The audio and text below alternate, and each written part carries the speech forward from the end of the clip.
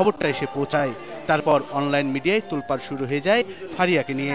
একটা phone call আসে from Kolkata, that is আজকে কলকাতা টাইমসে তোমার একটা নিউজ ছাপা হয়েছে, please check this.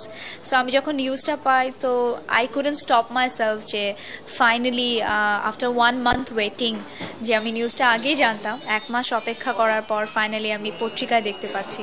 So it just make me so happy and আমার জন্য যতখানি সম্ভব আমি ততখানি করবো, এর থেকে বেশি যেটা সম্ভব না আমি ওটা স্টেপস নিব না, বিকজ ইম্পসিবল কোনো কিছু ট্রাই করে আমার মনে হয় that would be waste of time. And I think কিছুটা, যেহেতু it's a Bombay film, it's a modern film and it's 2015 and সবাই অনেক অ্যাডভান্স, সো ডেফিনেটলি ওই ব্যাপারগুলো থাকতেই পারে। তো সেক্ষেত্রে ইট ডিপেন্ডস যে কতখানি আমাকে অ্যাপ্রোচ করছে তারা। আগামী নভেম্বর থেকে ভারতের বোম্বে, পুনে ও কলকাতার বিভিন্ন লোকেশনে হবে সিনেমাটির শুটিং। নুসরাত ফারিয়া ছাড়াও বলিউডের সাথে যৌথ প্রযোজনার সিনেমায় অভিনয় করেছিলেন চিত্রনায়িকা শাবানা ও রোজিনা। তবে পরিপূর্ণ বলিউড ছবিতে ফারিয়াই বাংলাদেশের প্রথম